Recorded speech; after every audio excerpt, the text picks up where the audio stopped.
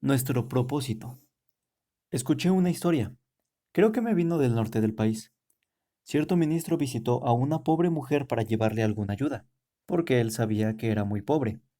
Llamó a su puerta con una moneda en la mano, pero no hubo respuesta. Creyendo que no estaba la pobre en casa, se marchó.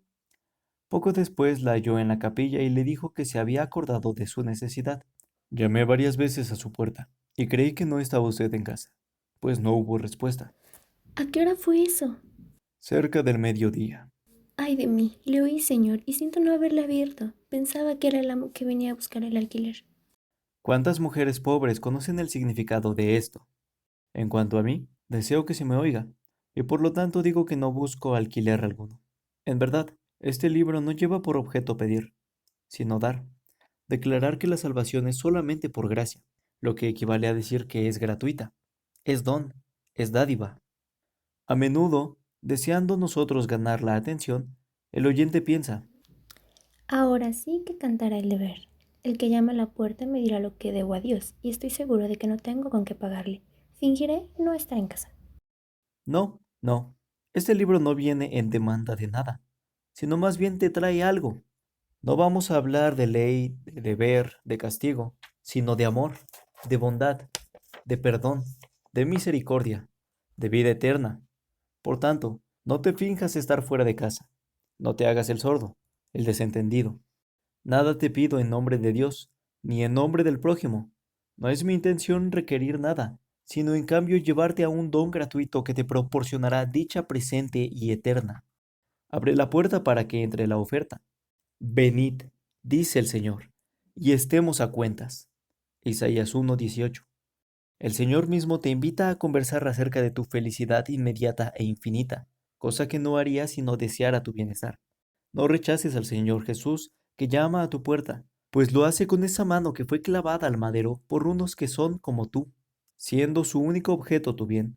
Acércate e inclina el oído. Escucha atentamente, permitiendo que su voz penetre hasta el fondo de tu alma. Puede ser que haya llegado ya la hora para que entres tú en esa vida nueva que es el principio del cielo. La fe es por el oír. Romanos 10:17. Y el leer es oír en cierto modo. La fe te puede venir mientras leas este libro. ¿Por qué no? Oh Espíritu bendito de toda gracia, haz que así suceda. Capítulo 1. Dios justifica a los impíos. Atención a este breve discurso. Hallarás el texto en la epístola a los Romanos 4:5. Al que no obra, sino cree en aquel que justifica al impío, su fe le es contada por justicia. Te llamo la atención a las palabras, aquel que justifica al impío. Estas palabras me parecen muy maravillosas. ¿No te sorprende que haya tal expresión como esta en la Biblia? Aquel que justifica al impío. He oído que los que odian las doctrinas de la cruz acusan de injusto a Dios por salvar a los impíos y recibir al más vil de los pecadores. Sin embargo, la misma escritura acepta la acusación y lo declara francamente. Por boca del apóstol Pablo, por inspiración del Espíritu Santo, consta el calificativo de aquel que justifica al impío. Dios justifica a los injustos, perdona a los que merecen castigo y favorece a los que no son dignos de favor alguno. ¿No has pensado siempre que la salvación era para los buenos y que la gracia de Dios era para los justos y santos, libres del pecado? Te ha caído bien en la mente, sin duda, que si fueras bueno, Dios te recompensaría, y has pensado que, no siendo digno, nunca podrías disfrutar de sus favores. Por tanto, te debe sorprender la lectura de un texto como este, aquel que justifica al impío. No me extraña que te sorprendas, pues con toda mi familiaridad de la gracia divina no ceso de maravillarme con este texto. ¿No suena muy sorprendente, verdad? ¿Que fuera posible que todo un Dios santo justificara a una persona impía? Según la tendencia natural de nuestro corazón, estamos hablando siempre de nuestra propia bondad y nuestros méritos, tenazmente apegados a la idea de que debe haber algo bueno en nosotros para merecer que Dios se ocupe de nuestras personas. Pero Dios, que bien conoce todos nuestros engaños, sabe que no hay bondad ninguna en nosotros y declara que no hay justo ni aun uno. Romanos 3:10. Él sabe que todas nuestras justicias son como trapo de inmundicia. Isaías 64:6. Y, por lo mismo, El Señor Jesús no vino al mundo para buscar bondad y justicia entre los hombres, sino para llevar consigo bondad y justicia, para entregárselas a las personas que carecen de ellas. No vino porque éramos justos, sino para hacernos justos, justificando al impío. Dios justifica a los injustos, perdona a los que merecen castigo y favorece a los que no son dignos de favor alguno. Presentándose el abogado ante el tribunal, si es persona honrada, desea defender al inocente, justificándole de todo lo que falsamente se le imputa. El objeto del defensor debe ser la justificación del inocente, y no encubrir al culpable. Tal milagro está reservado para el Señor únicamente. Dios, el soberano infinitamente justo, sabe que en toda la tierra no hay ni un solo justo, alguien que haga bien y no peque. Por lo mismo, en la soberanía infinita de su naturaleza divina y en el resplandor de su amor maravilloso, Él emprende la obra, no tanto de justificar al justo como de justificar al impío. Dios ha ideado maneras y medios de presentar delante de sí al impío justamente aceptable. Ha concebido un plan mediante el cual puede, en justicia perfecta, tratar al culpable como si siempre hubiera vivido libre de ofensa. Sí, tratarle como si fuera del todo libre de pecado. Él justifica al impío. Jesucristo vino al mundo para salvar a los pecadores. Esto es cosa sorprendente, cosa maravillosa especialmente para los que disfrutan de ella. Sé que para mí, hasta el día de hoy, esta es la maravilla más grande que he conocido, a saber que me justificase a mí.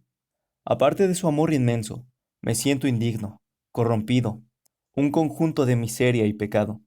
No obstante, sé por certeza plena que por fe soy justificado mediante los méritos de Cristo y tratado como si fuera perfectamente justo, hecho heredero de Dios y coheredero de Cristo, todo a pesar de corresponderme, por naturaleza, el lugar del primero de los pecadores. Yo, del todo indigno, soy tratado como si fuera digno. Se me ama con tanto amor como si siempre hubiera sido piadoso, siendo así que antes era un pecador. ¿Quién no se maravilla de esto? La gratitud por tal favor se reviste de admiración indecible. Siendo esto tan admirable, deseo que tomes nota de cuán accesible esto hace el Evangelio para ti y para mí. Si Dios justifica al impío, entonces, querido amigo, te puede justificar a ti. ¿No es esta precisamente la persona que eres? Si hasta hoy vives inconverso, te cuadra perfectamente la palabra, pues has vivido sin Dios, siendo lo contrario a piadoso o temeroso de Dios. En una palabra, has sido y eres impío. ¿Acaso ni has frecuentado los cultos en el día domingo? Has vivido sin respetar el día del Señor, ni su iglesia, ni su palabra, lo que prueba que has sido impío. Peor todavía, quizás has procurado poner en duda su existencia, y esto hasta el punto de declarar tus dudas. Habitante de esta tierra hermosa, llena de señales de la presencia de Dios, has persistido en cerrar los ojos a las pruebas palpables de su poder y divinidad. Cierto, has vivido como si no existiera Dios, y gran placer te hubiera proporcionado el poder probar para ti mismo satisfactoriamente la idea de que no hay Dios. Tal vez has vivido ya muchos años en este estado de ánimo, de manera que ya estás bien afirmado en tus caminos. Y sin embargo, Dios no está en ninguno de ellos. Si te llamara impío, te cuadraría este nombre también como si al mar se le llamara agua salada, ¿verdad? ¿Acaso eres persona de otra categoría? Pues has cumplido con todas las exterioridades de la religión. Sin embargo, de corazón nada has hecho, y así en realidad has vivido impío. Te has relacionado con el pueblo de Dios, pero nunca le has encontrado a Él mismo. Has cantado en el coro, pero no has alabado al Señor en el alma. Has vivido sin amar, de corazón, a Dios y sin respetar sus mandamientos. Sea como fuere, tú eres precisamente la persona a la cual este Evangelio se proclama. Esta buena nueva que nos asegura que Dios justifica al impío. Maravilloso es y felizmente te sirve al caso. Te cuadra perfectamente, ¿verdad que sí? ¿Cuánto desearía que lo aceptaras? Si eres persona de sentido común, notarás lo maravilloso de la gracia divina anticipándose a las necesidades de personas como tú, y te dirás, Justificar al impío, pues entonces, ¿por qué no seré yo justificado y justificado ahora mismo? toma nota, por otra parte, del hecho de que esto debe ser así, a saber, que la salvación de Dios debe ser cosa para los que no la merecen ni estén preparados para recibirla. Es natural que conste la afirmación del texto en la Biblia. ¿Por qué? Apreciado amigo, Solo necesita ser justificado quien carezca de justicia propia. La Sagrada Escritura no puede mentir y dice claramente, no hay justo ni aun uno. Romanos 3:10. Si alguno de mis lectores fuere persona absolutamente justa, no necesitaría ser justificada. Pues tú que sientes que cumples bien todo deber y por poco haces al cielo deudor de ti por tanta bondad, ¿para qué necesitas misericordia, ni salvador alguno? ¿Para qué necesitas justificación? Estarás ya cansado de esta lectura, pues no te interesa el asunto. Si alguno de ustedes se rodea de aires tan legalistas, escúcheme un momento. Tan cierto como vives, te encaminas hacia la perdición. Ustedes, justos, rodeados de justicia propia, o viven engañados o son engañadores, porque la Sagrada Escritura no puede mentir, y dice claramente, no hay justo ni aun uno. Romanos 3:10. De todos modos, no tengo evangelio alguno, ni una palabra para los rodeados de justicia propia. Jesucristo mismo declara que no había venido para llamar a los justos, y no voy a hacer lo que él no hacía, pues si les llamara, no vendrían, y por lo mismo no los llamaré bajo este punto de vista. Al contrario, les suplico que contemplen su justicia propia hasta descubrir lo falsa que es. Ni la mitad de la fuerza de una telaraña tiene. Deséchenla, aléjense de la misma. Las únicas personas que necesitan justificación son las que reconocen que no son justas. Estas personas sienten la necesidad de que se haga algo para que sean justas ante el tribunal de Dios. Podemos tener la seguridad de que Dios no hace nada fuera de lo necesario. La sabiduría infinita nunca hace lo inútil. Jesús nunca emprende lo superfluo. Hacer justo al que ya es justo no es obra de Dios. Tal cosa es una insensatez. Justificar al impío es un milagro digno de Dios. Ciertamente así es. Atención ahora. Si en alguna parte del mundo un médico descubre remedios eficaces y precisos, ¿a quién ha de servir el médico? ¿A gente de buena salud? Claro que no. Si lo colocas en un lugar sin enfermos, se sentirá fuera de lugar. Allí sobra su presencia. Los sanos no tienen necesidad de médico, sino los enfermos. Marcos 2:17, dice el Señor. ¿No es igualmente cierto que los grandes remedios de gracia y redención son para las almas enfermas? No sirve para las almas sanas, porque les son remedios innecesarios. Si tú, querido amigo, te sientes espiritualmente enfermo, para ti ha venido el gran médico al mundo. Si a causa del pecado te sientes completamente perdido, eres la misma persona comprendida en el plan de salvación por gracia. Afirmo que el Señor del amor eterno tuvo a la vista a personas como tú al armonizar el sistema de la salvación por pura gracia. Supongamos que una persona generosa resolviera entre sí que perdonaría a todos sus deudores. Claro que esto solo podría hacerse respecto a los que realmente fueran deudores. Uno le debe 1,000 pesos, otro le debe 50 pesos. A cada cual tocaría tan solo conseguir la firma que cancelara las cuentas. Pero la persona más generosa del mundo no podría perdonar las deudas de personas que nada deben a nadie. Está fuera del poder mismo del Omnipotente perdonar a quien no tenga nada para perdonar. El perdón presupone a alguien que sea culpable. El perdón es para el pecador. Sería absurdo hablar de perdonar al inocente, perdonar al que nunca ha fallado. ¿Crees acaso que te condenarás por ser pecador? Esta es la razón por la que te podrás salvar, por la misma razón que te reconoces pecador. Desearía animarte a creer que precisamente para personas como tú está destinada la gracia. Es positivamente cierto que Cristo busca y salva al perdido. Murió e hizo la expiación de verdad por pecadores de verdad. Si encuentro pecadores que admiten sin excusas que son pecadores, me es un verdadero placer hablar con ellos. Gustosamente platicaría toda la noche con pecadores de buena fe. Las puertas de misericordia no se cierran de día ni de noche para los tales, y están abiertas todos los días de la semana. Nuestro Señor Jesús no murió por pecados imaginarios, sino la sangre de su corazón se derramó para limpiar las manchas carmesí, que nada más que ella puede quitar. El pecador que se sienta negro de pecado, esa es la persona que ha venido Jesucristo a limpiar. En cierta ocasión predicó un evangelista sobre el texto, y ya también el hacha está puesta a la raíz de los árboles. Lucas 3:9. Y lo hizo de modo que le dijo uno de los oyentes: Nos trató usted como si fuéramos criminales. Ese sermón debería usted haberlo predicado en el presidio de la ciudad y no aquí. No, no, contestó el evangelista. En el presidio no hablaría sobre este texto, sino sobre este, palabra fiel y digna de ser recibida por todos, que Cristo Jesús vino al mundo para salvar a los pecadores. Primera de Timoteo 1:15. El pecador es la razón de la existencia del Evangelio. Correctamente, la ley es para los que se rodean de la justicia propia para derribar su orgullo. El Evangelio es para los perdidos a fin de eliminar su desesperación. Si no estás perdido, ¿para qué quieres un Salvador? ¿Iría el pastor en busca de los que nunca se extraviaron? ¿Por qué barrería una mujer su casa buscando monedas que hubiera guardado en su bolsa? No, no, la medicina es para los enfermos, la resurrección para los muertos, el perdón para los culpables, la libertad para los cautivos, la vista para los ciegos y la salvación para los pecadores. ¿Cómo podría explicar la venida del Señor, su muerte en la cruz y el Evangelio del perdón sin admitir de una vez que el hombre es un ser culpable y digno de condenación? El pecador es la razón de la existencia del Evangelio. Y tú, amigo mío, objeto de estas palabras, si te sientes merecedor, no de la gracia, sino de la maldición y la condenación, tú eres precisamente del género de hombre para quien fue ordenado, arreglado y destinado el Evangelio.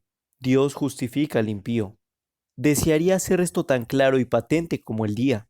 Espero haberlo hecho ya, pero, a pesar de todo, únicamente el Señor puede hacerlo comprender al hombre. Al principio no puede menos que parecer asombroso al hombre de conciencia despierta que la salvación le venga de pura gracia al perdido y culpable. Piensa el tal que la salvación le viene por estar arrepentido, olvidando que su estado de arrepentimiento es parte de su salvación.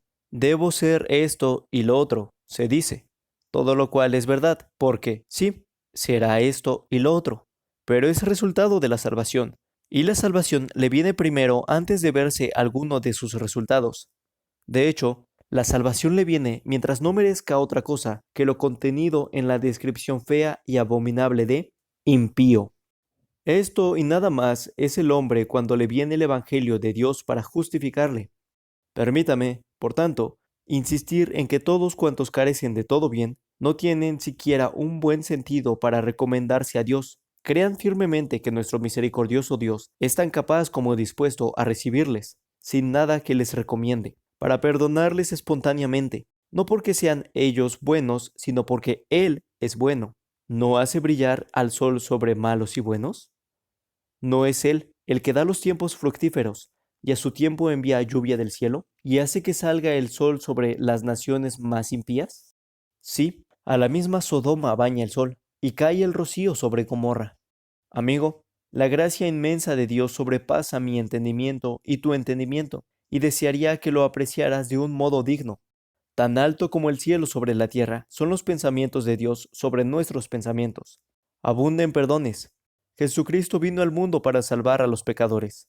El perdón corresponde al culpable. Justificar al impío es un milagro digno de Dios.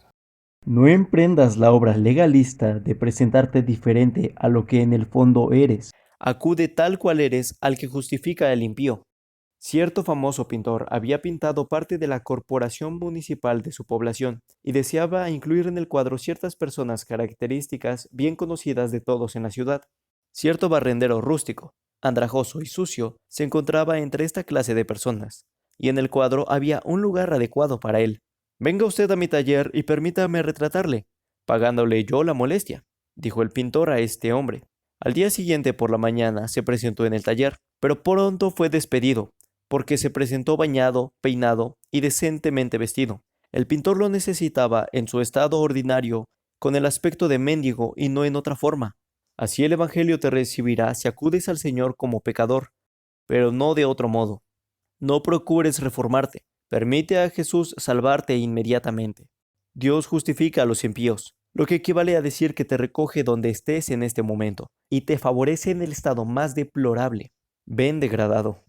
Quiero decir, acude a tu Padre Celestial en tu estado de pecado y miseria. Acude a Jesús tal como eres, espiritualmente leproso, sucio, desnudo, no apto para vivir, ni apto para morir tampoco. Acudan ustedes que son como escoria de la creación, aun cuando no se atrevan a esperar más que la muerte. Acudan aun cuando la desesperación les oprima el pecho, cual pesadilla horrible. pidiendo que el Señor los justifique como a otros impíos.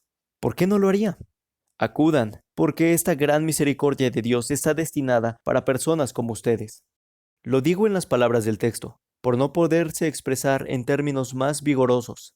El Señor Dios mismo asume este título bendito, el que justifica al impío. Este hace justos, y que se traten como justos a los que por naturaleza son impíos. ¿No les parece este mensaje maravilloso para ustedes? Estimado lector, no te levantes del asiento hasta haber meditado bien este asunto.